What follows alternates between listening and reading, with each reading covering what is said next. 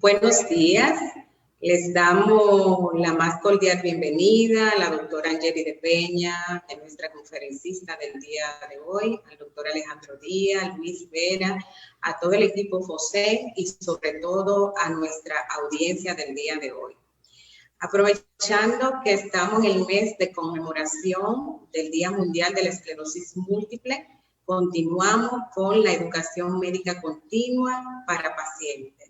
Y hoy tenemos un tema muy interesante, que es el diagnóstico temprano en la esclerosis múltiple, a cargo de la doctora Angeli de Peña Rivas. La doctora de Peña es miembro fundador y coordinadora de FOSEC por República Dominicana. Tiene un máster en neuroinmunología de la Universidad Autónoma de Barcelona. Es médico internista y neurólogo egresada del Hospital Salvador B. Gautier, avalado por la Universidad Autónoma de Santo Domingo, UAS. Actualmente es la coordinadora de la residencia de neurología del Centro de Diagnóstico Medicina Avanzada, Conferencias Médicas y Telemedicina, o sea, CEDIMAT. Ejerce su práctica privada en MedicalNet B. Es catedrática del curso de neurología del internado del Instituto Tecnológico de Santo Domingo, INTED. Es miembro de la Sociedad Dominicana de Neurología y Neurocirugía. Es miembro de la Academia Americana de Neurología y es miembro fundador también del Comité de Investigación y Tratamiento de Esclerosis Múltiple de República Dominicana. Sin más preámbulo, le dejo con este interesante tema de diagnóstico temprano de la esclerosis múltiple con la doctora Angeli de Peña. Espero que sea de mucho provecho. Anoten todas sus preguntas para que al final la doctora le dé respuesta. Gracias. Feliz día.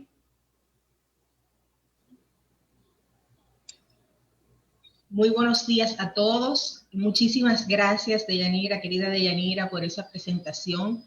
Para mí es más que un honor compartir con ustedes el día de hoy y sobre todo porque, como comentaba Deyanira, el tema que vamos a tratar es un tema de muchísimo interés para todos nosotros.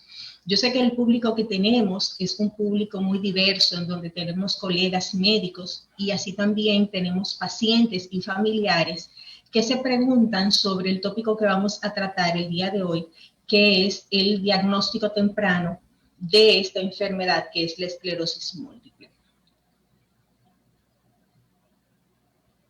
Vamos a empezar con nuestro tema. Vamos a empezar diciendo que no tengo conflictos de interés para esta presentación. Bien, antes de comenzar hablando del diagnóstico temprano de esta enfermedad, voy a empezar diciendo qué es la esclerosis múltiple para todos aquellos que nos sintonizan el día de hoy que no tienen idea. La esclerosis múltiple es una enfermedad puramente neurológica, es una enfermedad autoinmune y crónica, degenerativa, que afecta al sistema nervioso central y que se caracteriza por un componente inflamatorio en el que predominan inicialmente fases relapsantes y remitentes con un componente neurodegenerativo asociado a estadios progresivos de la enfermedad. Estos estadios progresivos de la enfermedad en algunos pacientes pueden estar presentes desde fases muy tempranas en el curso de la misma. Esta enfermedad típicamente es más frecuente en mujeres, aunque puede verse también en hombres.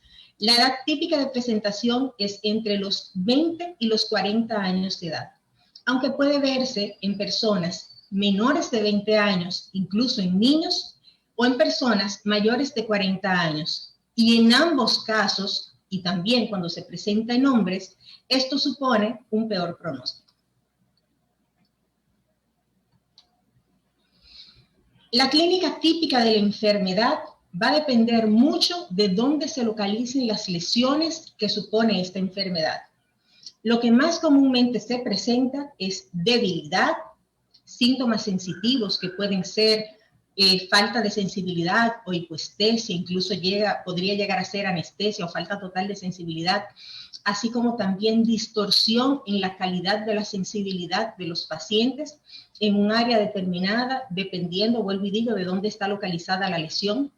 Datos de mielitis o alteraciones motoras y o sensitivas por debajo de algún nivel de la médula espinal, alteraciones del nervio óptico, que es un lugar muy frecuente de lesión en esta enfermedad, dolor, que típicamente es dolor de tipo neuropático, pero también se presentan algunos otros signos que no necesariamente son asociados con la enfermedad por los pacientes, o sea que a veces los pacientes los presentan y no piensan que son asociados con la enfermedad, sobre todo cuando el paciente está empezando con la misma, como son la fatiga, la espasticidad, los trastornos cognitivos, trastornos del estado de ánimo, alteraciones del movimiento, entre otros.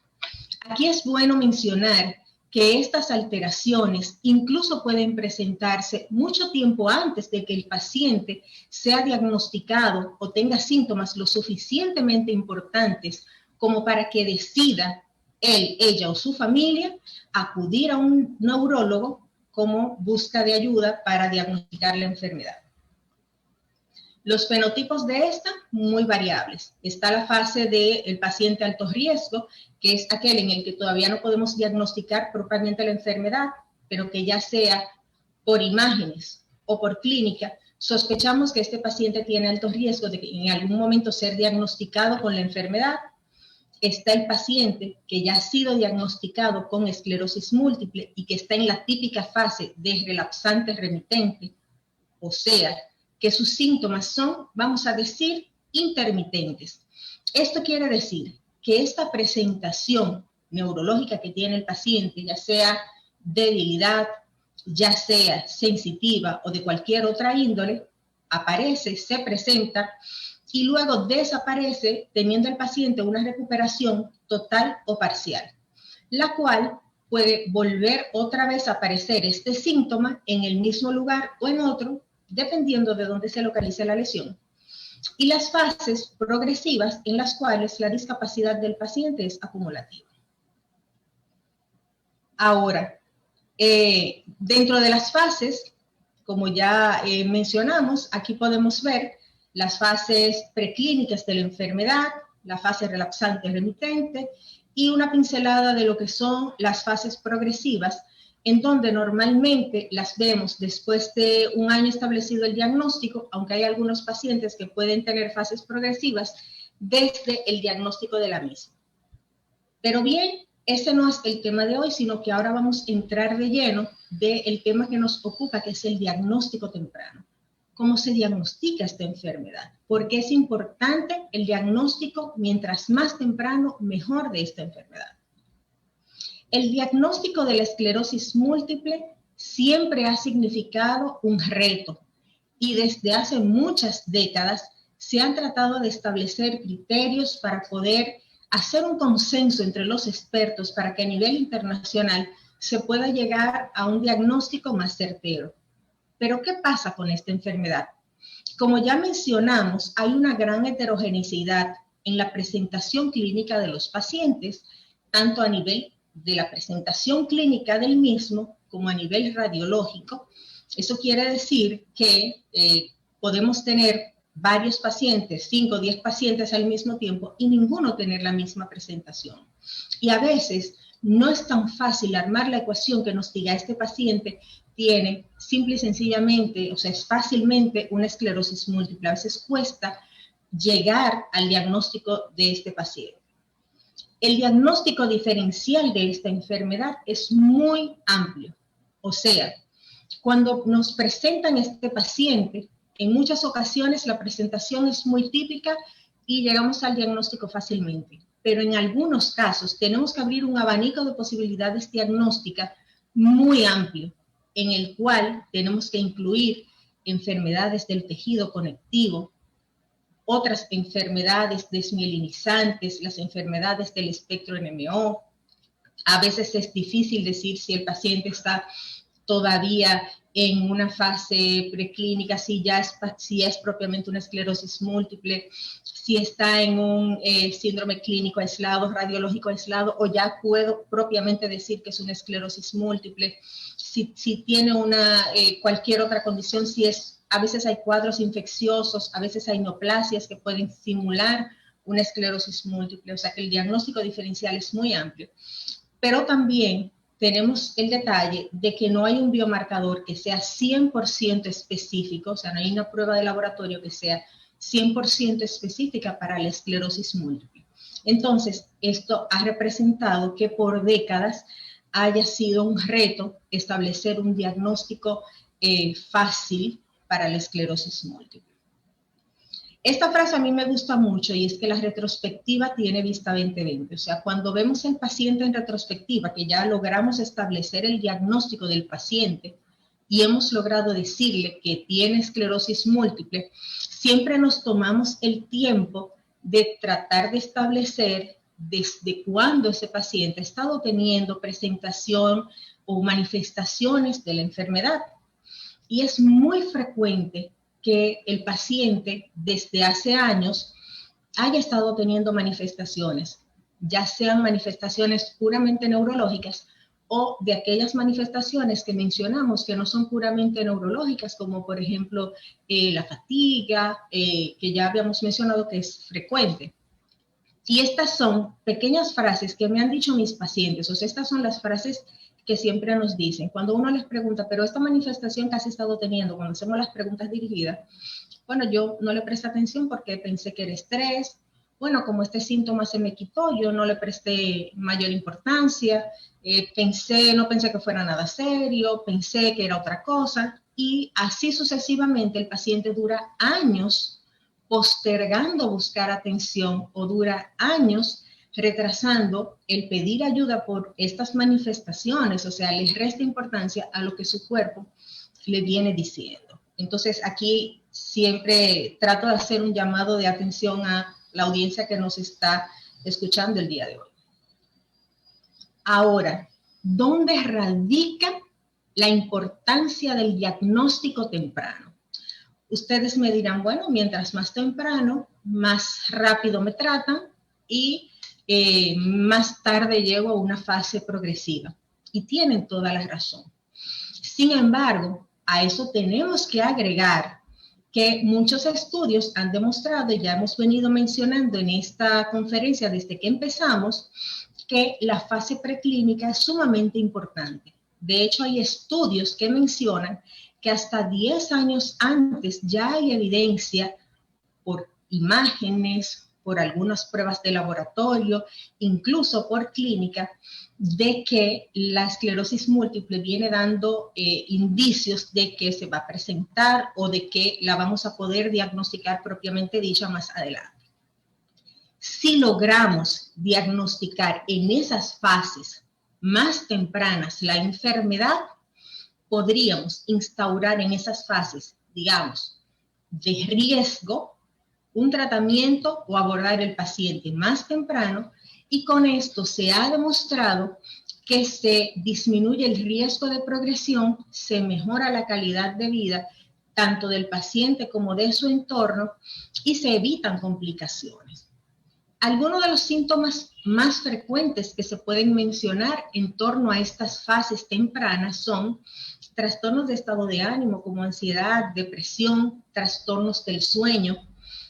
También son muy frecuentes las alteraciones cognitivas, disfunción en el área laboral, alteraciones en algunos órganos o sistemas como alteraciones genitourinarias, como trastornos de esfínter urinario, disfunción sexual, alteraciones musculoesqueléticas como espasticidad y alteraciones gastrointestinales.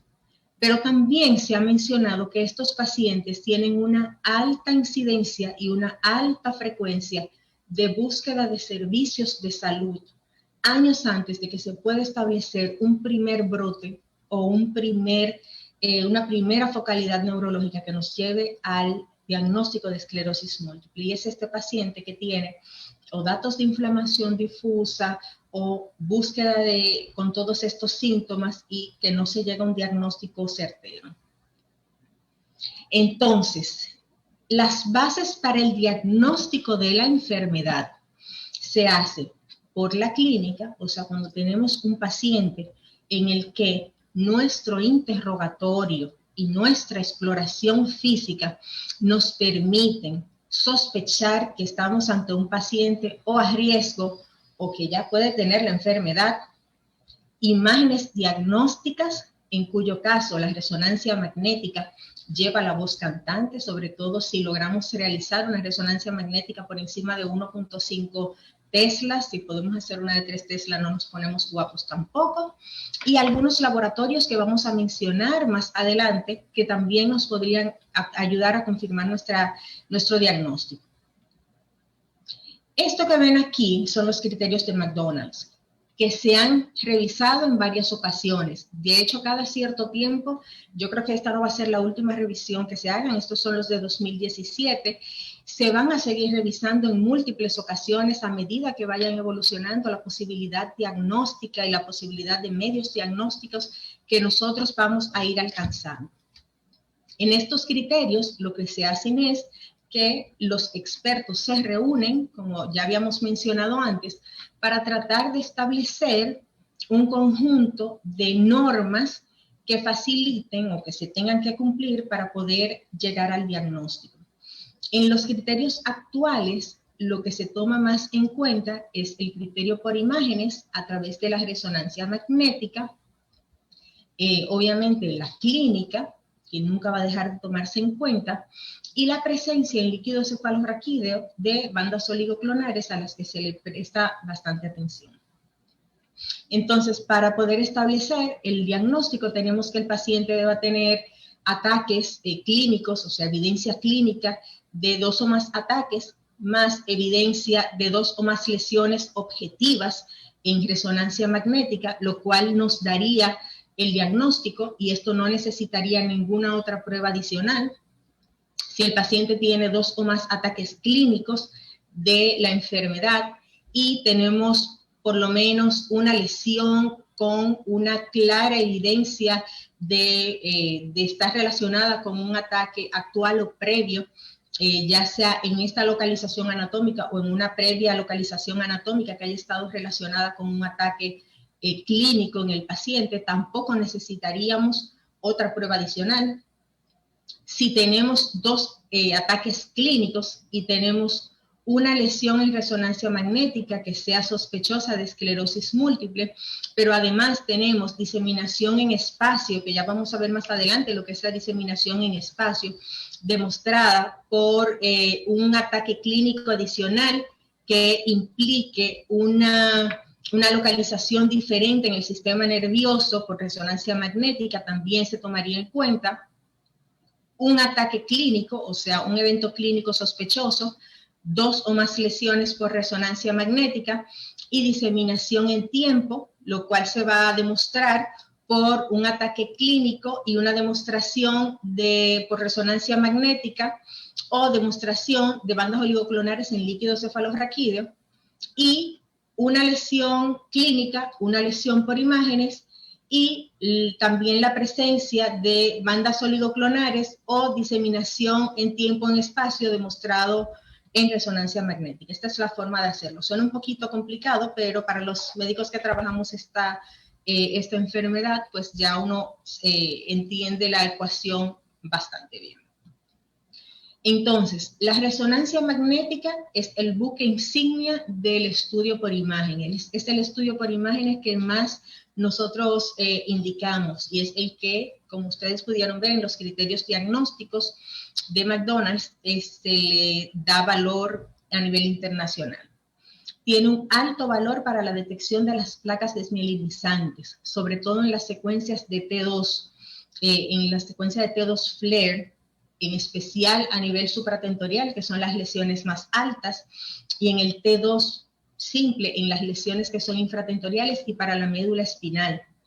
Es la herramienta paraclínica más importante tanto para el diagnóstico de la enfermedad, o sea que si tengo un paciente con una sospecha clínica, es mandatorio realizar una resonancia magnética para confirmar mi sospecha diagnóstica, y debe hacerse con medio de contraste que me va a dar la evidencia o no de actividad, si hay lesiones que captan medio de contraste, lo cual me hablaría de actividad de esa lesión.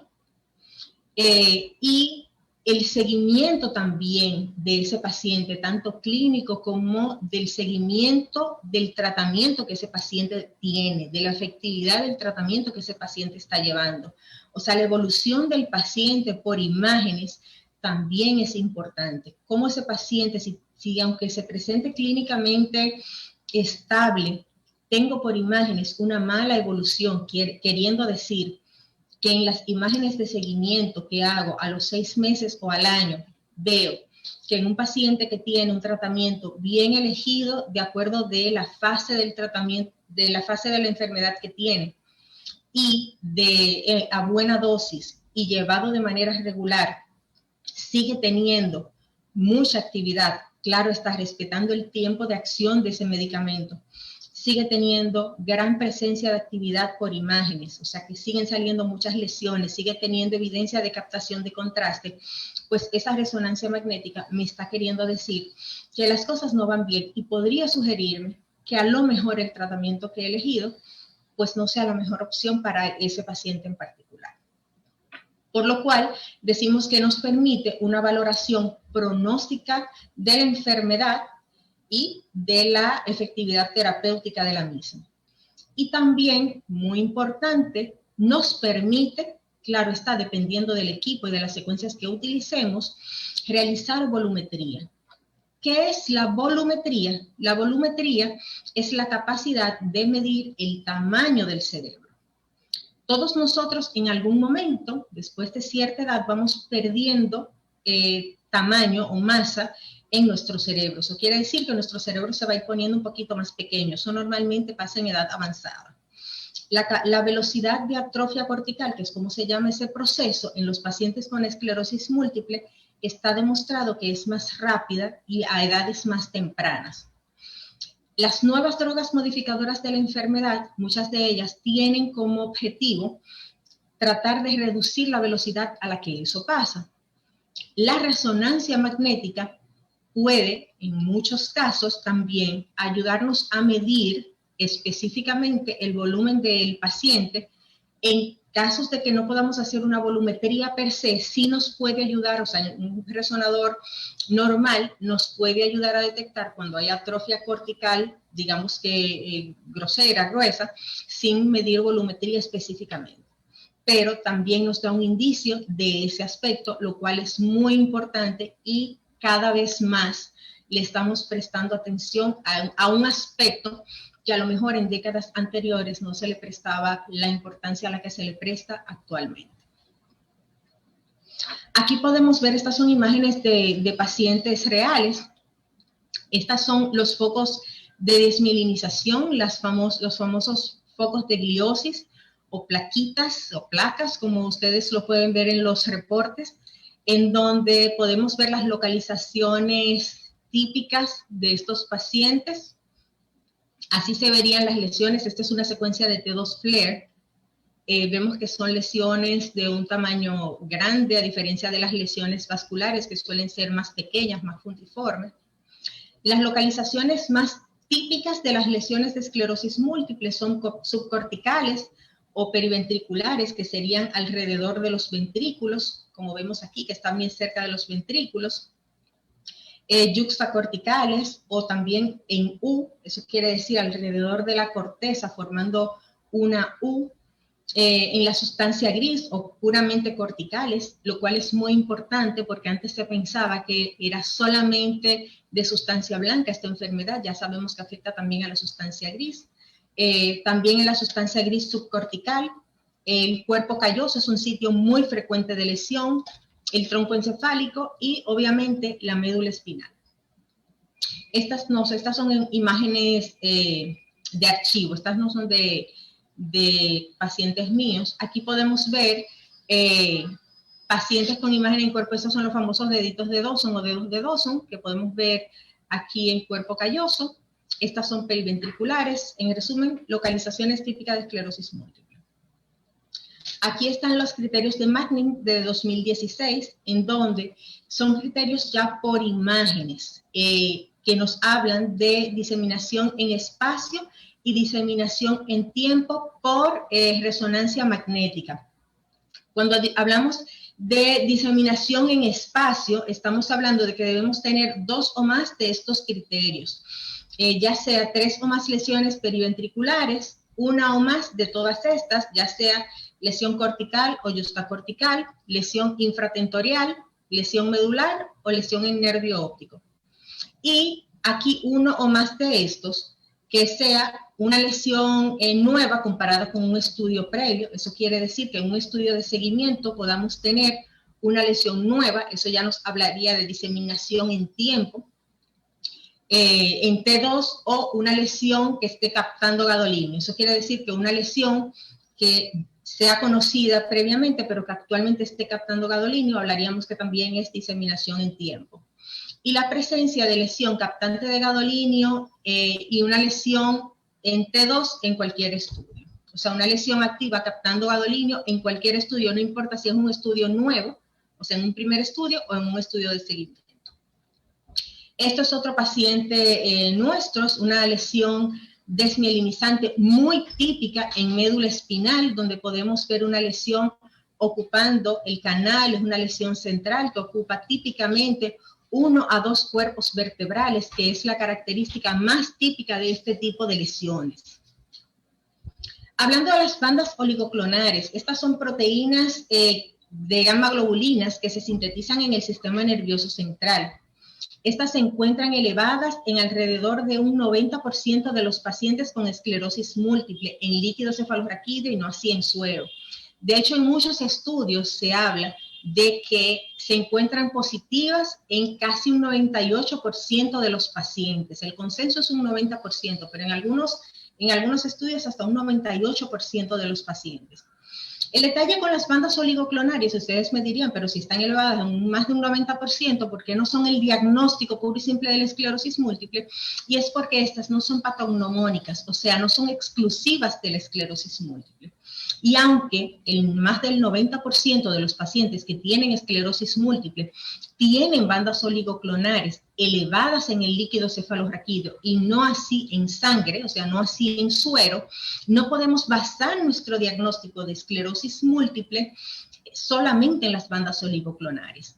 Ahora bien, si ya tengo un paciente con una clínica sospechosa, más imágenes con las características que acabamos de ver, y a eso le sumamos bandas oligoclonares positivas en líquido cefalorraquídeo y que no estén presentes en suero, pues yo tengo evidencia suficiente para poder decir que ese paciente tiene una esclerosis múltiple.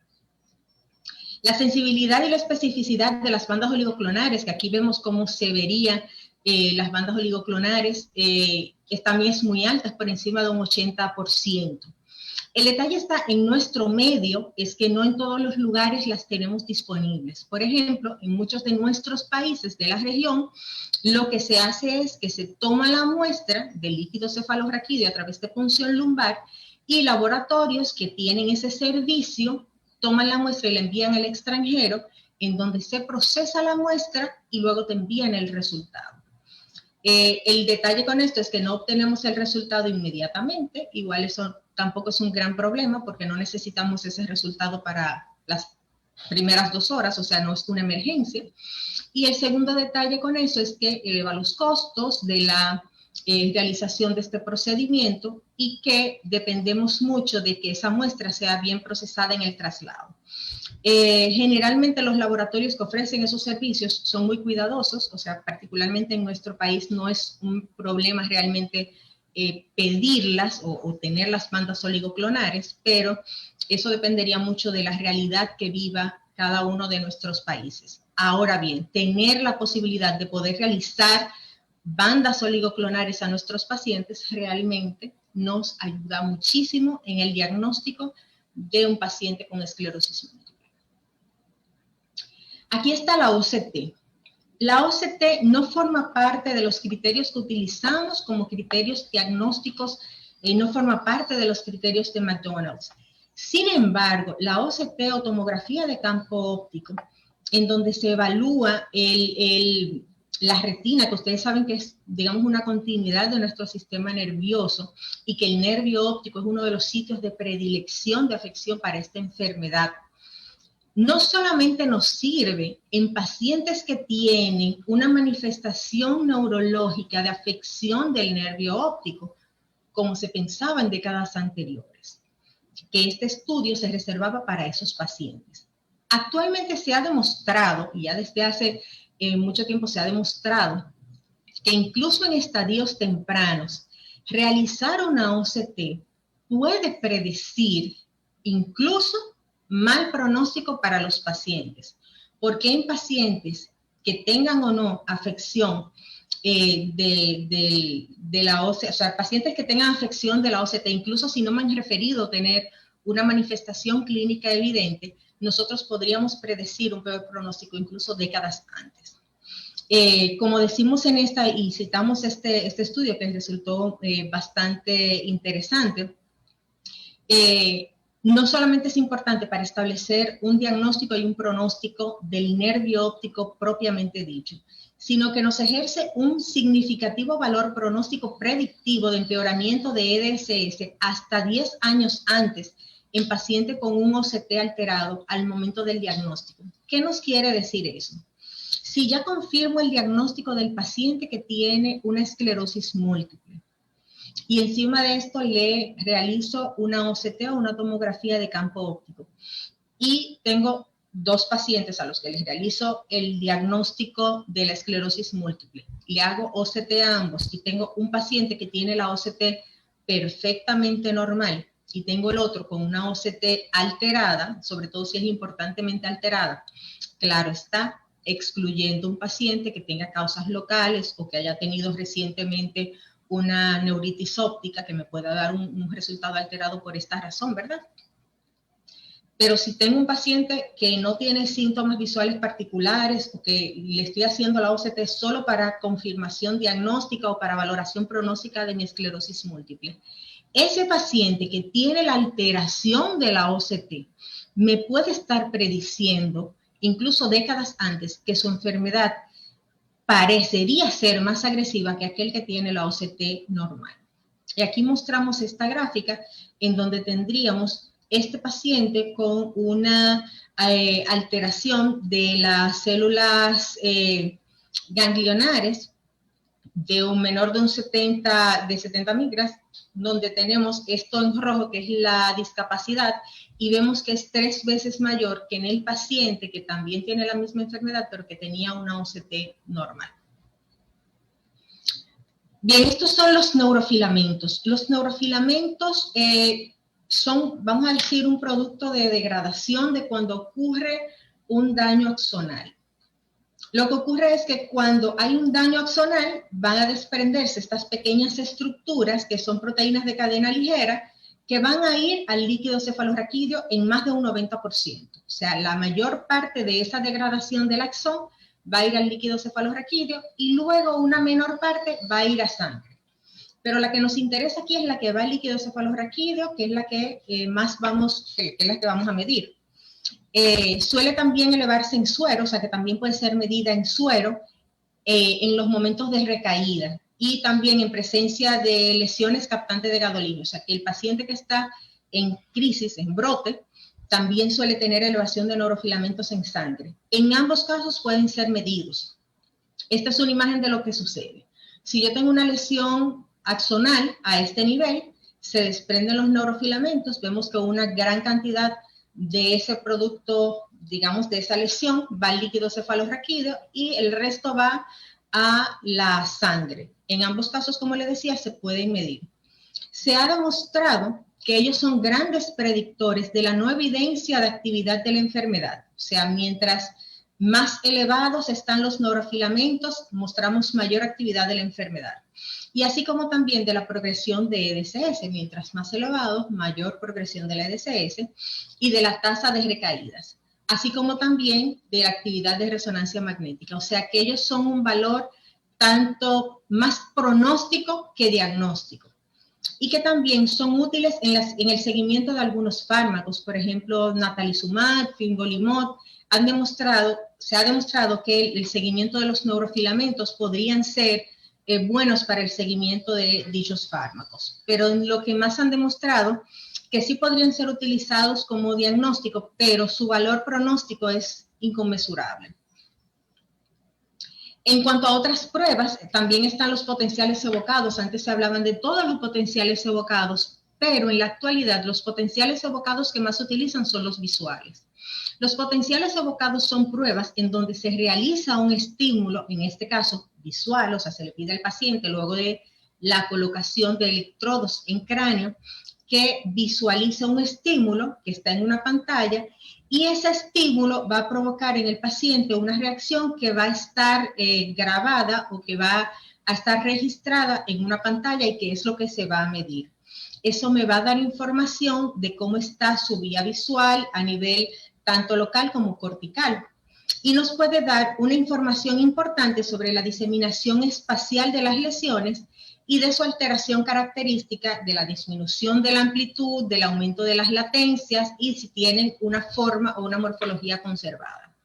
El detalle está en que me pueden hablar de que hay una alteración a nivel del nervio óptico, pero tampoco son patognomónicas, o sea, no me pueden decir, este paciente tiene esclerosis múltiple.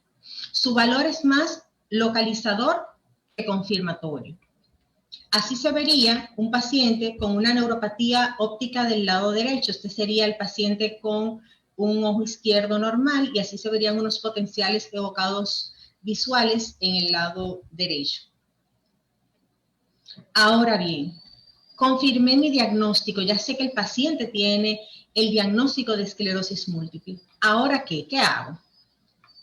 Inmediatamente yo confirmo ese diagnóstico, obviamente se tiene que elegir un tratamiento apropiado para este paciente. Recuérdense que tenemos un gran abanico de medicamentos modificadores de la enfermedad o drogas modificadoras de enfermedad para estos pacientes y que no todos van a ir bien a todos los pacientes. El tratamiento debe elegirse dependiendo del tipo de actividad que el paciente presente, así como también del tipo de administración que tenga ese medicamento. Siempre debe conversarse con el paciente, efectos adversos que pueda tener el paciente, deseo de concepción que pueda tener la paciente. O sea, hay muchas cosas que discutir a la hora de elegir un medicamento.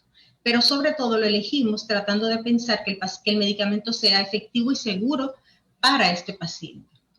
Luego también tenemos que dirigir pruebas complementarias para diagnosticar alteraciones en otros órganos o sistemas. Recuérdense que el paciente con esclerosis múltiple no solamente va a tener plaquitas de desmielinización o placas de desmielinización en sistema nervioso, sino que vamos a tener muy probablemente alteraciones en otros órganos o sistemas y que no podemos olvidar. O sea, que el paciente nos va a llegar como un todo y que las alteraciones pueden verse en otros aspectos de su vida.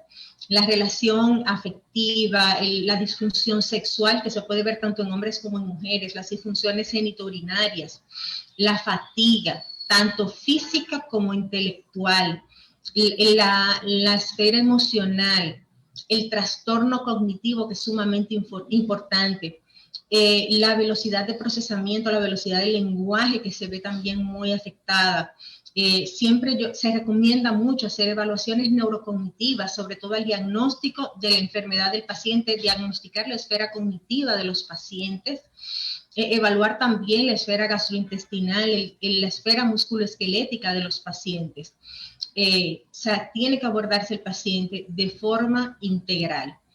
Todas esas evaluaciones deben realizarse y obviamente pues iniciar un tratamiento, no solamente un tratamiento modificador de la enfermedad, sino hacer todas las recomendaciones generales y particulares para tratar las condiciones particulares que pueda llevar este paciente. Puntos para llevar a casa. Los síntomas preclínicos de la enfermedad pueden aparecer años antes, incluso una década antes o más de que se establezca el diagnóstico o de que el paciente tenga la primera crisis o brote evidente. El diagnóstico temprano de la esclerosis múltiple supone un inicio de tratamiento modificador de la enfermedad en estadios más prontamente y por consiguiente una mejor evolución para los pacientes a corto y a largo plazo. Una buena exploración clínica junto a pruebas complementarias de imágenes y de laboratorios, en especial bandas oligoclonales y resonancia magnética, complementando con otras pruebas como OCT, potenciales evocados visuales, neurofilamentos, etcétera, evaluación neurocognitiva, etcétera, etcétera, son esenciales para establecer el diagnóstico. Y no debemos olvidar el diagnóstico de las comorbilidades asociadas a esta enfermedad. Muchas gracias. Muchas gracias, doctora, por tan excelente presentación. Vamos a pasar a las preguntas. Voy a empezar a leer algunos comentarios, doctora. ¿Me escucha bien, sí? Escucho bien. Ok, perfecto. Verónica López nos dice, buenos días, soy de Nicaragua, un fuerte abrazo para todos. Soraya Subero, que siempre está conectada a nuestras charlas, un gran saludo para ella. Dice, muy interesante, saludos desde República Dominicana. También nos saluda la doctora Priscila Monterrey, que es la coordinadora de FOSEM en Costa Rica. Salomé Acosta también está conectada, Roberto Cáceres desde Guatemala. Y vamos a pasar con la primer pregunta. Dice Vanessa de Alba, ¿puede haber un brote sin haber lesiones activas? Sí, pueden haber brotes sin haber lesiones captantes de gadolinio, si es a lo que se refiere. Eso puede aparecer. Generalmente sí vemos la captación de contraste, pero en algunos pacientes puede verse la manifestación clínica sin que se evidencie la captación de contraste. Ok, perfecto. Voy a seguir con las preguntas. También dice Vanessa, entonces si todos los resultados de los estudios salen negativos, pero la resonancia muestra lesiones, ¿es o no esclerosis múltiple? Eso es una pregunta muy interesante y por eso recuérdense que mencionábamos que el diagnóstico de la enfermedad a veces es muy complicado. Y a ver si entiendo la pregunta. Mencionaba que si todos los otros estudios salen normales, recuérdense que si empezamos a mandar a hacer estudios fue porque teníamos una sospecha clínica. Bien, o sea, una sospecha clínica me motivó a empezar a hacer estudios. Si ya yo tengo sospecha clínica y tengo imágenes por resonancia magnética que me hacen pensar en que me confirmarían, yo tengo que ver si esas imágenes me cumplen con los criterios de McDonald's. Bien, si yo tengo sospecha clínica e imágenes que me cumplen con los criterios de McDonald's, podría sospechar. Ahora bien, ocurre también lo que podría ser el síndrome clínico aislado, que digamos que es un primo cercano de la esclerosis múltiple. Está también el síndrome radiológico aislado. Si ustedes se recuerdan, mencionábamos que estaban los pacientes a riesgo de esclerosis múltiple, que a veces en esa nebulosa de esa fase preclínica es donde se complica establecer un diagnóstico certero de la esclerosis múltiple. O sea, no todos los pacientes nos ponen la tarea fácil de diagnosticar precisamente. En muchas ocasiones tenemos un paciente que tiene una clínica altamente sospechosa de esclerosis múltiple, pero donde ninguna de las otras pruebas nos confirman. O sea, no tenemos bandas oligoclonares, tiene focos de gliosis en resonancia magnética, pero a lo mejor esa resonancia magnética no es 100% lo que yo espero en una esclerosis múltiple, no tengo bandas oligoclonares, la OCT no me aporta pruebas suficientes, y en ese caso, donde yo tengo una sospecha por clínica, pero no tengo evidencia por ninguno de los otros, de las otras pruebas paraclínicas, y no tengo una resonancia que me cumpla con lo establecido por los criterios de McDonald's, yo no tengo criterios para empezar a tratar a ese paciente con una esclerosis múltiple, y lo que hago es llevar un seguimiento más cercano. Entonces, ese paciente se le orienta, se le explica que necesitaríamos llevar un seguimiento cercano y empezar a repetir las pruebas, a repetir las imágenes de manera periódica, evaluarlo clínicamente más periódicamente, hasta que podamos completar una ecuación que nos complazca para poder decir que tenemos esclerosis múltiple. ¿Dónde radica la importancia de hacer esto? Es que si nosotros empezamos a tratar y ponemos un medicamento, una droga modificadora de la enfermedad en un paciente para esclerosis múltiple, en el que no estamos seguros de que es esclerosis múltiple, y al final de cuentas ese paciente termina no siendo esclerosis múltiple, podríamos estar causando mucho daño en ese paciente. Entonces, es importante poder establecer el paciente un diagnóstico que sea certero. Recuérdense que mencionamos antes que el abanico de posibilidades diagnósticas es muy grande. Y en ese paciente hipotético que comentamos, que tiene una clínica que me hace sospechar, pero donde no tengo una resonancia que me complazca, ni tengo ninguna de las otras pruebas paraclínicas que me avalen el diagnóstico, a lo mejor yo debería hacer una revisión de mi diagnóstico diferencial, ampliar mi diagnóstico diferencial y ver si mi diagnóstico finalmente es otro que no sea la esclerosis múltiple. Ok, excelente. Bueno, saludamos también a Nancy, a Salomé, a Josué, a Alejandro, a Beatriz, que también reportan su sintonía. Dice Nancy LMB. Ah, bueno, doctora, disculpe. No sé si gusta quitar su presentación para poder verla nosotros en grande. Así, está mejor. Ok, ahora sí la vemos, perfecto.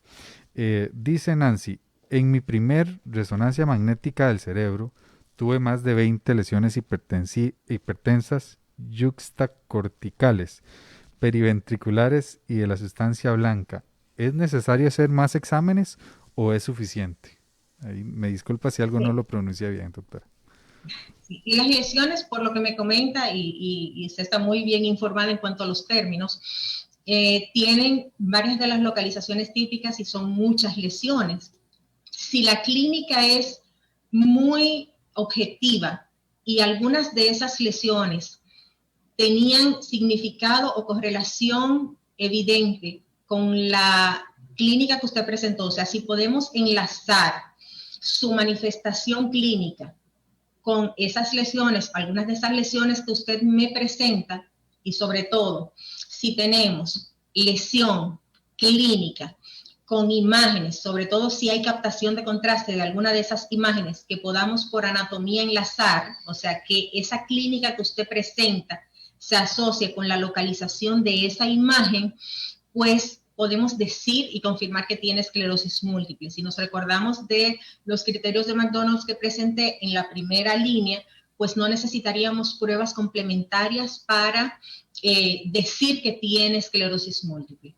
Sin embargo, recuérdense que mencionamos que otras pruebas complementarias, por ejemplo la OCT, tienen un valor pronóstico. Entonces ahí habría que establecer si complementar las pruebas como valor pronóstico de la evolución de la enfermedad. Y también yo siempre recomiendo realizar una exploración de otros aspectos que a lo mejor el paciente no toma tanto en cuenta. Muy importante, y menciono, por así decirlo, el aspecto cognitivo, por ejemplo, o la disfunción sexual, la fatiga, etcétera, etcétera, que a veces ameritan otras pruebas para confirmar ese aspecto en particular y empezar un tratamiento temprano de condiciones concomitantes. Ahora bien, si su pregunta es que, si en el caso de una paciente con 20 lesiones, o 20 lesiones es un número muy alto, en localización típica, con clínica altamente sospechosa y sobre todo que alguna de esas lesiones me justifiquen la clínica de esa paciente, si yo necesito algo más para decir que tiene esclerosis múltiple, pues muy probablemente que su médico no necesitó más nada para decirle que usted tenía esclerosis múltiple. Ahora bien, si se requirieran otras pruebas complementarias como valor pronóstico o como para complementar su cuadro clínico en general, pues muy probablemente sí. Excelente, doctora. Muchísimas gracias por esa respuesta tan completa, perdón.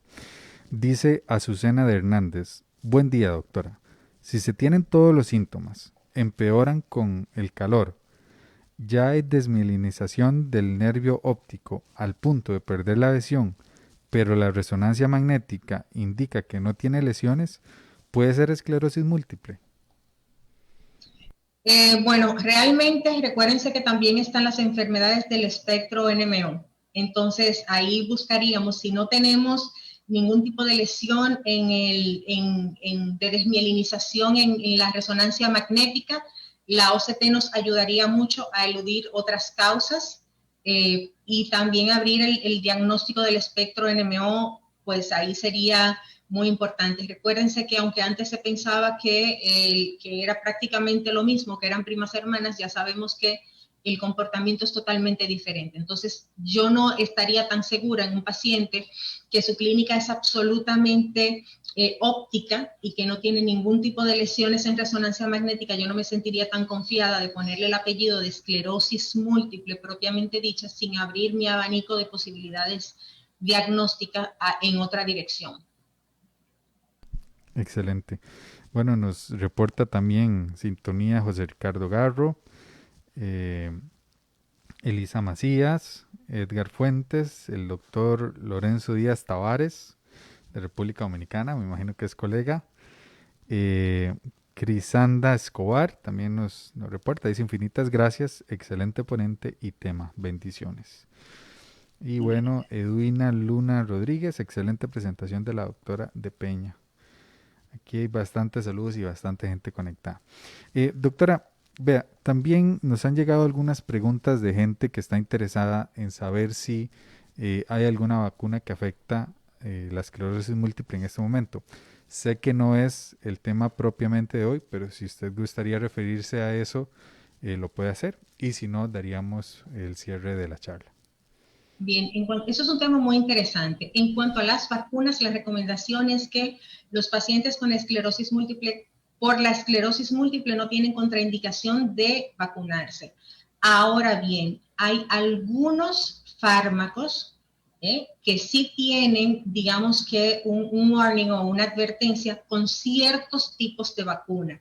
Por ejemplo, los medicamentos que tienen una gran alteración o que provocan mayor compromiso inmunológico, mayor, digamos, que bajan más las defensas, por así decirlo, o que son más inmunosupresores, tendrían un warning o no preferiríamos las vacunas que tengan virus vivos o virus atenuados.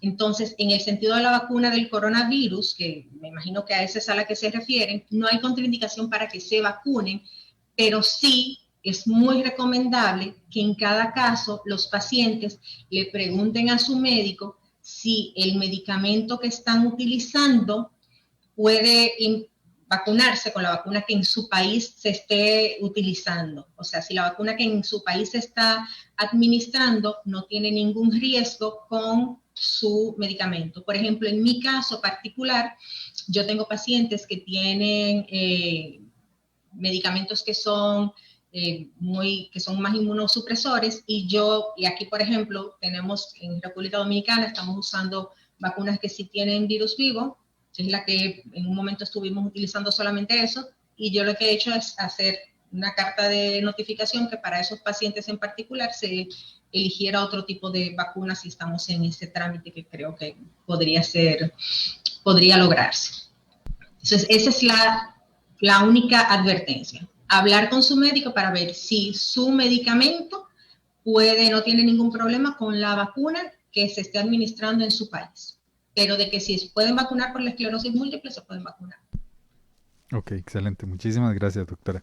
También queremos recordarle a los pacientes y a todas las personas que están en la comunidad FOSEM que ya abordamos el tema de la vacunación con el doctor Víctor M. Rivera. Ese video lo pueden encontrar en nuestra página de Facebook y también en el canal de YouTube de FOSEM, que aparece como FOSEM Esclerosis Múltiple. Ahí van a ver esta charla, que posiblemente en la tarde ya la tengamos en el canal, y todas las charlas anteriores. Entonces pueden buscar el tema de esclerosis múltiple y vacunación, y ahí aparecen prácticamente todas las vacunas aprobadas y no aprobadas y la recomendación de cada una, que general se pueden vacunar siempre y cuando revisar la medicación, pero en el caso de la medicación después de 15 días creo que de un tratamiento se pueden vacunar. Entonces, para recordarles a todos, no sé si el doctor Díaz está disponible para despedir la charla. Doctor, ahí lo tenemos. Hola. Hola Alejandro, querido. Sí, estoy disponible. Excelente, doctor. ¿Qué tal, Angeli? Muchas gracias. Gracias por la charla, el tiempo que nos compartes, tu conocimiento. A mí me ha encantado la charla y por la cantidad de likes que nos comentan por ahí, creo que a muchos les ha encantado también. Creo que has puesto de manifiesto ahí varios puntos importantes, ¿verdad? El tema de la fase presintomática, ¿verdad? Que es algo muy importante y que tenemos que estar atentos, ¿verdad? Y a poder detectar más temprano la enfermedad y las dificultades que a veces tenemos los clínicos para poder llegar a un diagnóstico certero en algunos casos, ¿verdad? Tal vez ahí lo único que apuntaría yo sería que si alguno de los pacientes tiene este tipo de situaciones como que son curiosas ahí, ¿verdad? Siempre traten tal vez de asistir a algún centro en su país donde se sepa que hay como un alto flujo de pacientes con esclerosis múltiple, por ejemplo, porque de pronto ahí los neurólogos que trabajan en esos centros tienen como un poco ya de más experiencia y han tenido ahí pues experiencias ahí de casos complicados también antes, ¿verdad? Entonces eso podría servir en algún momento. Y bueno, ya tenemos que ir a disfrutar del fin de semana porque ya está corriendo.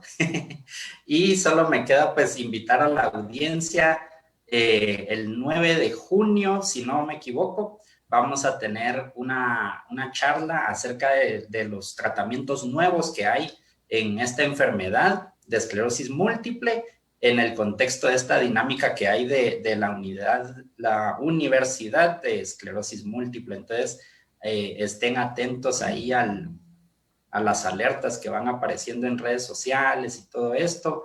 Y pues nuevamente, Angeli, un gusto poder verte, aunque sea en 2D. Un ¿Verdad? con el gracias. Sí, gracias, Angeli. Y un gusto y un abrazo para cada uno. Que estén muy bien. Gracias a todos.